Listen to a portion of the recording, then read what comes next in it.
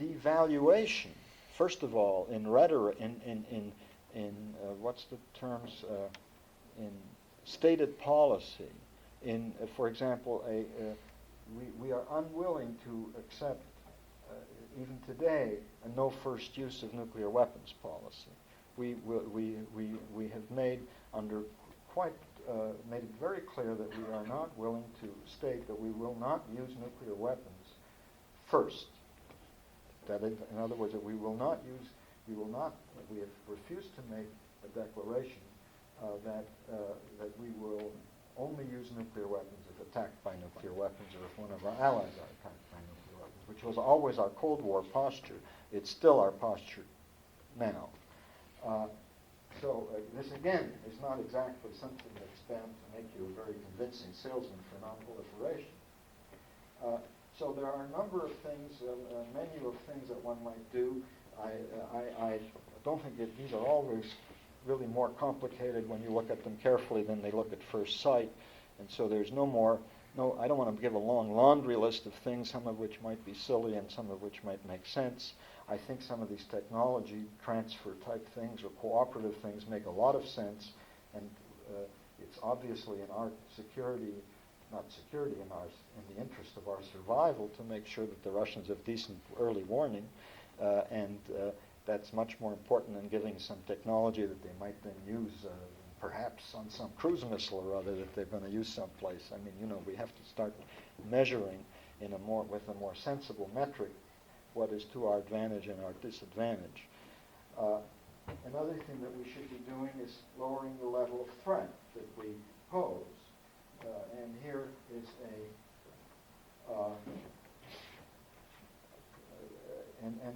the gravest threat we pose, at least in principle, to the Russians, are the submarines, is the submarine threat. Because it is so accurate, it's so forward deployed, and the general talk around town, as you might say in Washington, is that the Russians cannot track our submarines at all. Our submarines are extremely silent. The Russian attack submarines are not very capable. And the Russian ballistic missile submarines are in bad shape, at most two at sea at any time. And it is generally said in the corridors that we can track them with our attack submarines. So what we should do is stop deploying the most advanced ballistic missiles that we have on our submarines and not modernize. These are some details, some of the warheads that are on there with newer generation. And I think the other thing that we should be doing is we should not patrol in areas where they would make them vulnerable to a launch with very short warning. And there are also arrangements which I don't want to go into. There have been arrangements discussed for a long time which would allow the other side, in this case there's only one other side really, which is Russia, because their submarines are generally thought to be, at home anyway, a means for ascertaining on a statistical basis at least that we have not deployed submarines close to at places where we would catch them by surprise. And the most important thing that we should be doing, and which we have done, is to do these things without long-winded negotiations. The Bush administration did a number of things, very important things, very quickly, not on their own, unilaterally. The Bush administration did several things which many of you probably know, and one thing that most people don't know. George I, he took all bombers off alert unilaterally. That is to say that bombers at SAC bases had their weapons taken off them and put into storage at the base, but that makes the time required to launch much longer. He took all sea-based tactical nuclear weapons off the ships and a large number of tactical nuclear weapons out of Europe. And there was reciprocation by Gorbachev also. But these were not negotiated, at least not openly negotiated with long Nothing was signed. Presumably there may have been some private conversations about this because there were reciprocal moves by Gorbachev. And that's the path that one should take. Once these things have been shown to work, one can then send the diplomats off to write it all down in detail and spend 4 years getting all the I's and T's in the right order and have a document. But I think we should be moving quickly, and the United States, since it has such enormous power in every dimension today, has the responsibility to do this in an imaginative way, and it has done it before. The last thing that I forgot to mention that Bush did is he also ordered that all the Minuteman's missiles, which were slated for eventual decommissioning because of the arms control treaty, should be immediately essentially put out of commission by having pins, certain inserts into their engines so that they couldn't be launched unless the technician went in, and took time they could not be launched on warning anymore. So there are things that can be done by an administration, by a government that has the will to do it and the courage to do it. And that is, I think, the direction in which we can move and must move, and do so with dispatch. Thank you.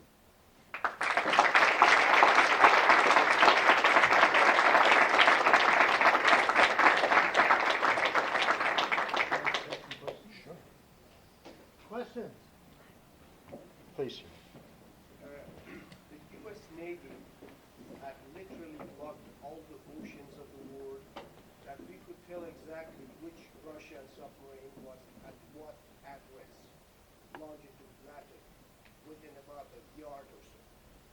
Did the Russians have a similar device of finding out where our submarines were? Well, first of all, I had never heard, I didn't know we had such capabilities as you describe. I think that, but it's one of these situations where if I knew, I couldn't tell you. But I've never heard that our capability is as sophisticated as you say. I think we know where the Russian submarines are in the deep oceans by following them, but I don't think that we can tell where they are. They have dropped things in the ocean. Yes. When something passed Yes, that's true. We had dropped things, for example, I know we had dropped devices between Greenland and Iceland, so we could tell when a submarine crossed, but that doesn't mean we knew where it was the next day. I mean, we had means of telling that a submarine had gone into the North Atlantic. That didn't tell us exactly where it was after that. Did the Russians have a similar? Well, you see, the Russians have the Russians have a problem which faced Peter the Great. They don't have very good access to the oceans, so they can't go out of the Baltic for obvious reasons. I mean, only you can take a canoe across from Sweden to Denmark, so that's not a very good way. And in the east, at Vladivostok, you also have these islands. So they, in fact, built 2 bases. They built this base in Petropavlovsk, or however it's pronounced, which is way out on the end of Siberia, in order to have access to the ocean. It's extremely expensive to do this. I don't think there was even a railway going out there. And then they have the other submarines come out of Murmansk. So in the ones that come out of Murmansk, because of geography, give us the ability to tell when they are leaving the general area. But I think we can't. I don't think we can do what you say. At least I've never heard that. If you know how to do it, you should go to Navy headquarters and patent it. Yes, sir. Hi. It's very interesting. I couldn't help but thinking about some very old-fashioned diplomacy when you were putting up your one transparency on some very high-tech issues, namely, if you will, a U.S.-Russian condominium on the next generation of satellites. Here's my question. Can you think of anything more frightening and disturbing to the Chinese when they look at something like that than such an arrangement between the U.S. and the Russians? It looks very much like old-fashioned balance of power politics. Will they not interpret regimes that are clearly intended to stabilize things, to be helpful, as perhaps directed against them? That's quite possible. The only thing I can say is that I think it's quite remarkable how slowly the Chinese have built up their nuclear capabilities. They've clearly, well, clearly, should never use the word clearly. They seem to have learned an important lesson from what happened to the Russians, that it's not good for your health to put in this huge effort into strategic forces that the Russians did. Because they now have what's generally said is they have 20 or so intercontinental ballistic missiles capable of reaching the United States or Moscow, and they're liquid fueled, not solid fuel, so they take quite a long time to prepare for launch and are in fact quite vulnerable until they're so they seem to have taken the attitude that minimum deterrence is good enough for us, and they haven't got much of a submarine capability. So I don't know to what extent, I can't say. That's your profession. But I think that all I know is the combination of things we're doing now is also disquieting to them, because the missile defense actually is stated to be against a small attack from China. Yes, sir. Say a few words about verification. How did Gorbachev knew Bush did what he said he... I don't think they did have verification. I think they just decided they're both sensible. I mean, verification has been overdone in the sense that verification is extremely important if what you're going to do is actually makes you very vulnerable. But what they did was to really remove weapons which they, in fact, had not much interest in. The Navy did not like. I know from, in fact, the Army also does not like nuclear weapons. I know from some Army generals I've talked to and Navy officers, that they're a royal pain in the you-know-where. You have to devote enormous effort to keeping control over them, making sure they're secure, and you also know damn well you're never going to use them. So I think that it was not a politically difficult internal move for him to do. Or, as some people have put it, he didn't allow the bureaucracy to generate opposition. He just did it. Now,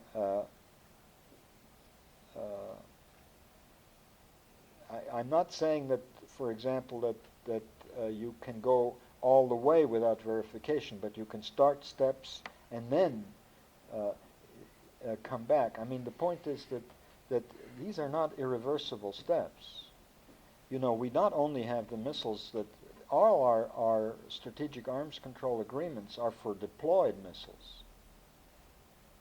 We are at the moment refurbishing thousands of missiles which are in reserve and not missiles, warheads which are on reserve, and presumably the Russians also. Not presumably, surely the Russians have large reserve stocks also.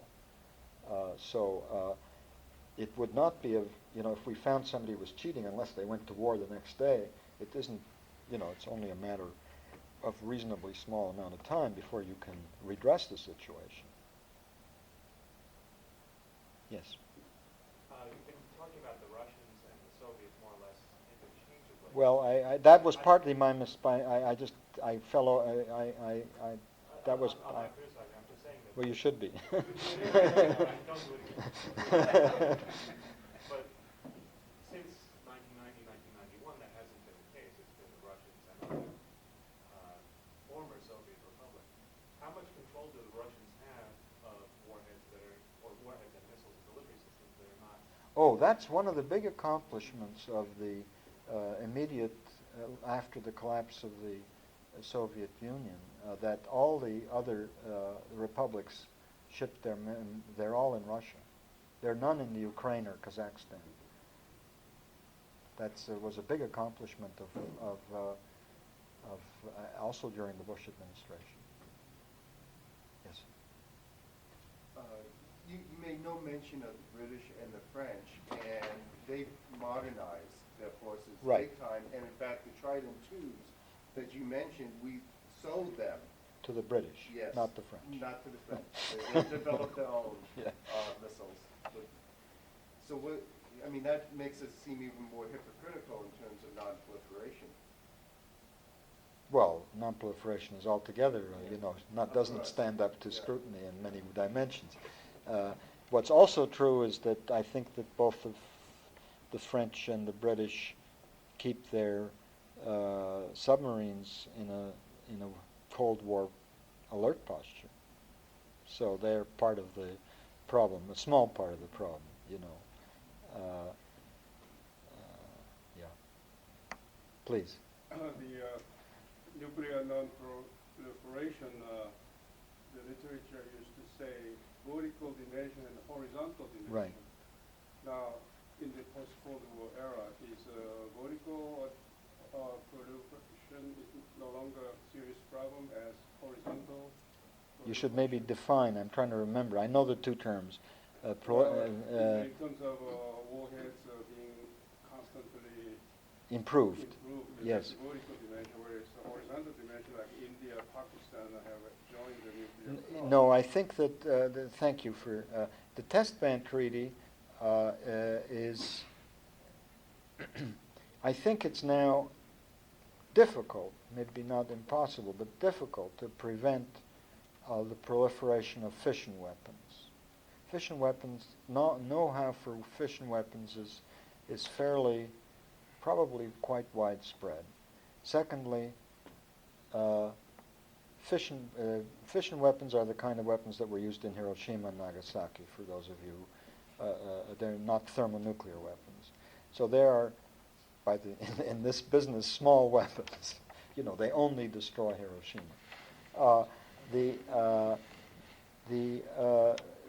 But thermonuclear weapons are much more difficult, and it is generally believed in scientific technical circles that you cannot you cannot deploy an untested thermonuclear weapon, or at least the scientists may want to do it, but the military will never go along with that. They won't believe it.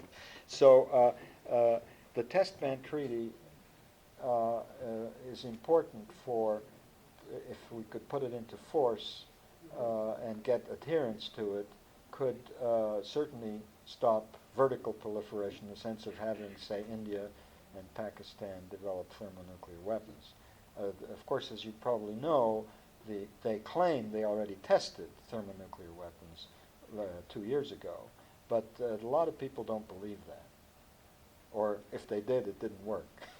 And one more question, if I may, the Sure. so-called counter-proliferation policy that the Clinton administration has inaugurated, it seems to me, not so much on nuclear weapons, but weapons of mass destruction, like biological Yes, chemical yes. weapons and so on.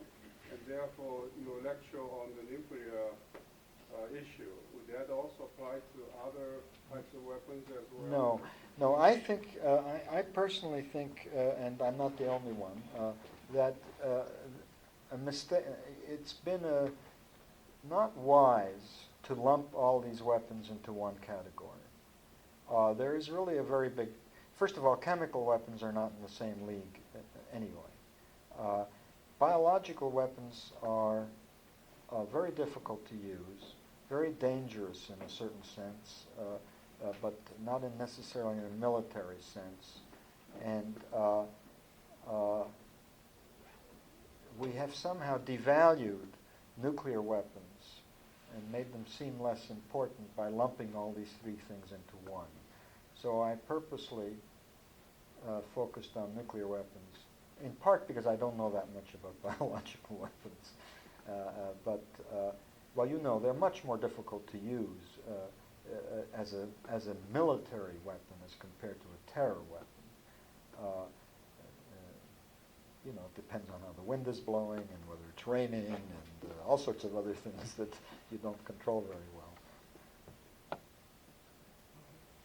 The question has to do with the dangers regarding the level of discipline within the Russian army right now. Yes. There's stories Right. morale and our soldiers don't get paid and so on. Is Yes. this a matter of concern? Oh, definitely. Oh, certainly it's a matter of concern, great concern. I don't know whether, I just do not know whether they've gone to great lengths to make sure that the strategic command system is properly paid and so on, as compared to other forces, but probably they have not done a very good job of that. They're under enormous stress, and the strategic mission is a very stressful one because you have to spend basically your whole life doing nothing in a certain sense, you know, and that's extremely stressful, and the training is very rigorous, and so there have been some strange things reported about. I think there were some strange events reported on a nuclear submarine about somebody going crazy and shooting people, and whether that was connected with not being paid or something that could have happened anyway. But certainly that's another great worry. I think we have time for one more question, please. Yes. Supposedly, the Russians had, really good radar and satellites and everything. It still seems from what they graphed there that we could, in principle, launch a surprise attack against them and they'd only have like 15 minutes warning Yes. from a submarine and just saw it come up right away. So what can we do to, increase their warning time? Well, I said we should. I think we should not be patrolling submarines with such short range of the targets. But how would they know that if we were... Well, there are things have been talked about for a long time, which were then said that they're not politically realistic and so forth. Well, we could do several things. First of all, we could patrol. We already patrol fewer submarines today than we did during the Cold War. We could. No, one. It takes one to do enormous damage to the command system, but it takes much more than one to destroy their capability to retaliate. No, that you can't do with one or two. That takes quite a large force. So what you can do, what used to be talked about, and I think is quite feasible, is that submarine. This is an example of the sort of things that people have thought about. Each submarine has a code, and which, say, the Russians know. I mean, just a number. It's coded. They don't know where it is. But they can demand that within the next 30 minutes, submarine 1483 surfaces for 10 minutes and then submerges again. And their satellite sees where it is. And so on they can't do this every 10 minutes, but they can do this at some level where it doesn't make the whole force vulnerable, but gives them a statistical way of checking that we are not where we're not supposed to be. That gives you, there are things that can be done, and there are more intrusive things that can be done also. But that's the simplest thing I've heard. Of course, they have to have decent. At the moment that wouldn't work, they wouldn't have satellites that would tell they've come up. Well, let's